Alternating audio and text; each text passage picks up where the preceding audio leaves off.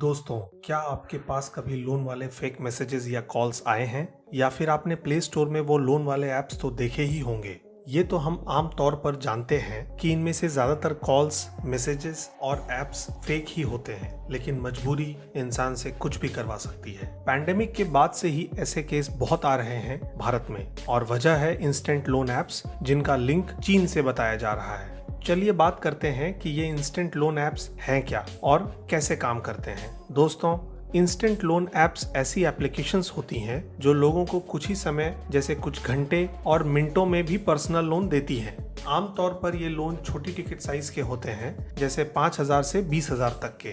Covid में pandemic के बाद से इनके केस सामने आने लगे जब लोगों ने national cyber crime reporting portal पर इसकी शिकायत करनी शुरू करी और इसके लिए एफआईआर्स भी सामने आने लगे। ये मोबाइल एप्लीकेशंस 15% से 20% तक की हाई इंटरेस्ट रेट पर इंस्टेंट लोन देते हैं। ये एप्लीकेशन लोन देने से पहले बैंकों की तरह अपनाई जाने वाली स्ट्रिक्ट प्रोसीजर्स जैसे कस्टमर ऑथेंटिकेशन को फॉलो नहीं करते हैं। इनमें लोन लेने के लिए आपको बस एक ऑनलाइन फॉर्म भरना होता है और ऐप इंस्टॉल करने पर इसके लिए ऐप्स आपके सभी ऐप्स व सेटिंग जैसे फोटोज, कैमरा, कॉन्टेक्ट्स वगैरह की परमिशन मांगता है। और कई ऐप्स तो पूरा लोन देते ही नहीं, वो पहले ही प्रिंसिपल से इंटरेस्ट काट कर आपके अकाउंट में पैसे भेजते हैं और कुछ वीकली या डेली पर इंटरेस्ट लगाते हैं। इनमें से 90% मोबाइल एप्लीकेशंस इलीगल हैं। इन पर आरबीआई का कोई कंट्रोल नहीं है। ये एप्लीकेशंस पैसे निकालने का एक तरीका है। ये अमूमन कॉल सेंटर से काम करते हैं और कई टेलीकॉम ऑपरेटर रखे होते हैं इन्होंने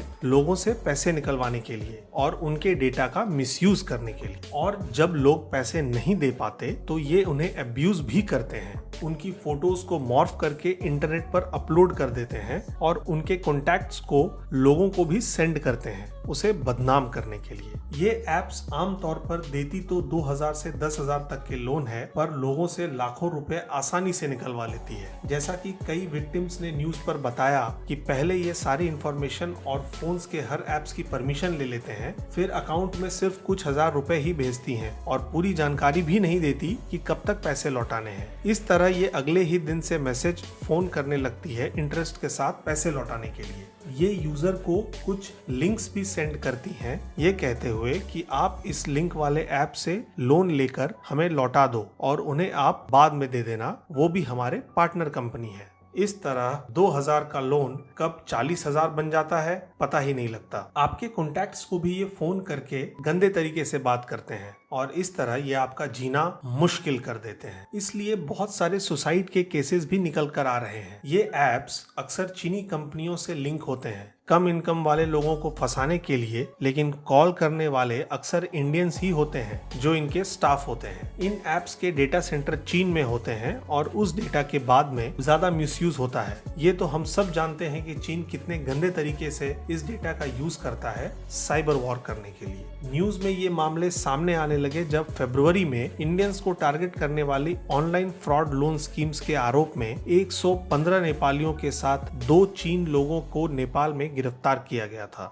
इसलिए गवर्नमेंट भी इस पर चुप नहीं बैठी रही। ईडी यानी एनफोर्समेंट डायरेक्टरेट, जो कि भारत में इकोनॉमिक क्राइम्स की इन्वेस्टिगेशन करती है, उसने ऐसे लोन ऐप्स पर रेड मारनी शुरू कर दी और इसमें बहुत से ऐप्स और लोग पकड़े गए जिनके लिंक चीन से ही हैं। इसके अलावा पेमेंट गेटवे कंपनीज जैसे रेजर पे, पेयू वगैरह के ऑफिसेस पर भी रेड पड़ी, क्योंकि इनमें भी चाइनीज इन्वेस्टर्स का पैसा है, तो इनसे भी मर्चेंट्स का डेटा का गलत यूज होने की खबर आई थी। कई राज्यों की पुलिस और स्पेशल इन्वेस्टिगेशन यूनिट्स ने ऐसे कई ग्रुप्स पकड़े हैं। इनमें बहुत से ऐप सामने आए जो ये फ्रॉड चला रहे थे। दिल्ली पुलिस ने अगस्त 2022 में ऐसे ही एक इंस्टेंट लोन ऐप्स रैकेट को पकड़ा, जिसमें कई ऐप्स का भंडाफोड़ किया गया और 22 लोगों को पकड़ा गया।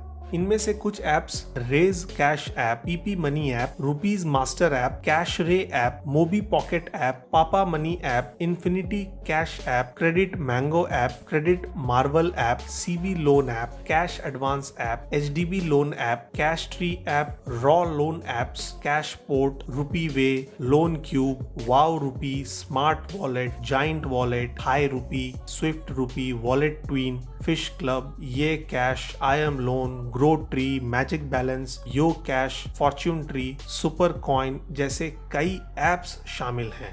इसके साथ ही कई गवर्नमेंट बॉडीज ने गूगल से भी रिक्वेस्ट की कि वो ऐसे ऐप्स को पहचाने और उन्हें बैन करे। इसके चलते अगस्त में गूगल ने 2000 ऐसे ऐप्स को बैन किया प्ले स्टोर से, लेकिन अभी भी ऐसे बहुत से ऐप्स गूगल प्ले स्टोर पर हैं। 9 सितंबर 2022 को फाइनेंस मिनिस्टर निर्मला सीतारमन जी ने कहा कि ऐसे ऐप्स की एक व्हाइट लिस्ट निकाली जाएगी जिसमें सिर्फ ट्रस्टेड ऐप्स ही होंगे। इस तरह सरकार आम लोगों को बचाने की पूरी कोशिश कर रही है, लेकिन सबसे बड़ी सावधानी तो हमें खुद बरतनी होगी। अगर किसी को लोन चाहिए तो बैंक्स और आरबीआई से अप्रूव्ड एनबीएफसीज के जरिए ही लेना चाहिए। ऐसे ऐप्स के चक्कर में नहीं पड़ना चाहिए। और अगर किसी ऐप्स के जरिए लोन ले भी तो इंटरनेट पर चेक कर लें क्या वो आरबीआई अप्रूव्ड है, उसका बैकग्राउंड क्या है, क्या वो एक एस्टैब्लिश्ड कंपनी है। बिना लाइसेंस के कोई भी कंपनी ऐसे लोन नहीं दे सकती, तो पहले उस कंपनी को लाइसेंस को चेक करें। वैसे एक आम सी बात है कि अगर इंटरनेट पर ज्यादा कुछ नहीं मिल रहा उस ऐप्स या कंपनी के बारे में तो वो फेक ही होती हैं। और जब भी ऐसी कोई ऐप डाउनलोड करें तो ध्यान रखें कि वो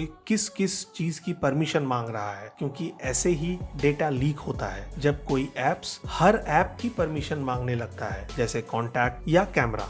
इंटरनेट के समय में डिजिटल होने के साथ साथ हमें डिजिटली एजुकेटेड भी होना जरूरी है। तो अगर आपको किसी चीज की जानकारी ना हो तो पहले उसे समझें या ऐसे काम में हाथ ही ना डालें।